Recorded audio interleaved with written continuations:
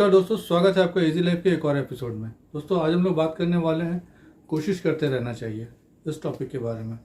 दोस्तों बातें बहुत ही छोटी हैं, लेकिन अगर आप गौर से देखेंगे इसको तो ये बहुत ही डीप महत्व रखता है हम सभी के लिए, हमारे लिए जीवन में। अब इसको मैं एक छोटी सी एक स्टोरी के साथ आपको शेयर करना चाहूँगा। स्टोरी कुछ इस प्रकार है कि एक मूर्तिकार था और एक राजा था। राजा ने अपने मंत्री को ऑर्डर दिया कि आप मुझे इस पत्थर से जो है मूर्ति बनवाएं। तो मंत्री ने बोला ठीक है, मैं बनवाता हूँ इसे।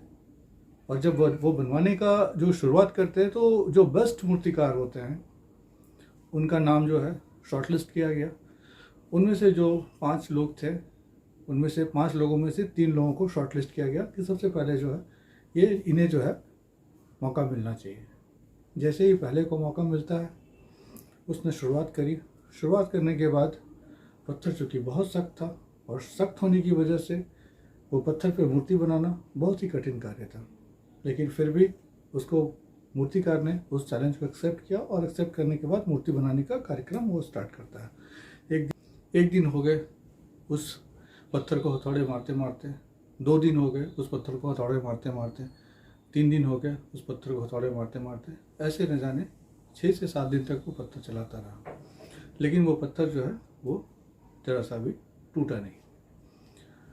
तो 7 दिन होने के बाद जब मंत्री जी ने पूछा वापस कि क्या हुआ भाई, अभी तक मूर्ति का पोजीशन क्या है, तो मूर्तिकार ने बोला कि सर अब हमसे ये काम नहीं हो सकता है, आप ये काम आगे ट्रांसफ़र कर दीजिए। उसके बाद फिर दूसरे मूर्तिकार को जो है मौका मिलना था। दूसरे मूर्तिकार ने फिर से वो काम स्टार्ट किया। वो लगातार 1 सप्ताह तक वो भी चलाता रहा और चलाने के बाद जो है उसके पास भी जब रिजल्ट आई तो वापस मंत्री जी ने पूछा कि क्या हुआ, तो उसने कहा कि नहीं, मुझसे ये मूर्ति जो है नहीं बन पा रही है। इसके बाद बारी आती है वो तीसरे मूर्तिकार की, जिसे मूर्ति बनाना था। क्योंकि 1-1 सप्ताह करके उन्होंने उस पत्थर पे काफ़ी हथौड़े मार चुके थे और पत्थर अब कमज़ोर हो चुका था। लास्ट मूर्तिकार जैसे ही सुबह में अपना काम स्टार्ट करता है, पहले ही हथौड़ी पे वो पत्थर जो है वो टूट जाता है।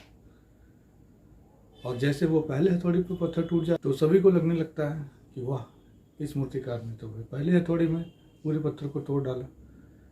लेकिन इस कहानी से हमें यह सबक मिलता है कि अगर किसी काम को आप कर रहे हैं या किसी काम को करने के बारे में अगर आप सोच रहे हैं, तो डेडिकेशन आपने अगर अपने मन में ठान लिया है कि मुझे इस काम को पूरा कर देना है, तो उसमें लगातार लगे रहिए।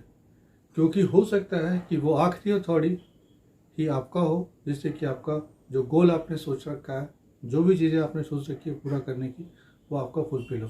क्योंकि किसी भी काम को करने के लिए और कोई बड़ा काम अगर करना चाहते हैं तो निरंतरता जो है ना वो बहुत ज़रूरी है, प्रयासरत रहना बहुत ज़रूरी है। यह हमारे लाइफ में जो है बहुत ही ज़्यादा ज़रूरी बन जाता है। अगर आप एग्जाम्पल लेते हैं वैसे तो जिन किसी ने भी अपनी एक कंपनी हो या फिर कुछ मन में सोच रखा है कि जीवन में मुझे इस काम को करना है, जिस किसी ने भी अपना एक इतिहास रचा है, चाहे वो आप एप्पल के संस्थापक स्टीव जॉब्स हैं उनके बारे में आप सोच लीजिए, या फिर अगर आप माइक्रोसॉफ्ट के जो संस्थापक हैं बिल गेट्स, उनके बारे में अगर आप सोचेंगे, ऐसे बहुत सारे एग्जाम्पल हमारे पास हैं जिनका एग्जाम्पल से आप समझ सकते हैं कि उन्होंने संघर्ष के जो है ना जो जीवन है, जो दिन है, उसे एक लंबा दूरी तय किया है और निरंतरता जो है वो अपनी बनाए रखी है और हथौड़ी का वही चोट लगातार बनाए रखा है, न कि 1 सप्ताह तक हथौड़ी चलाई और उसके बाद उसे छोड़ दिया।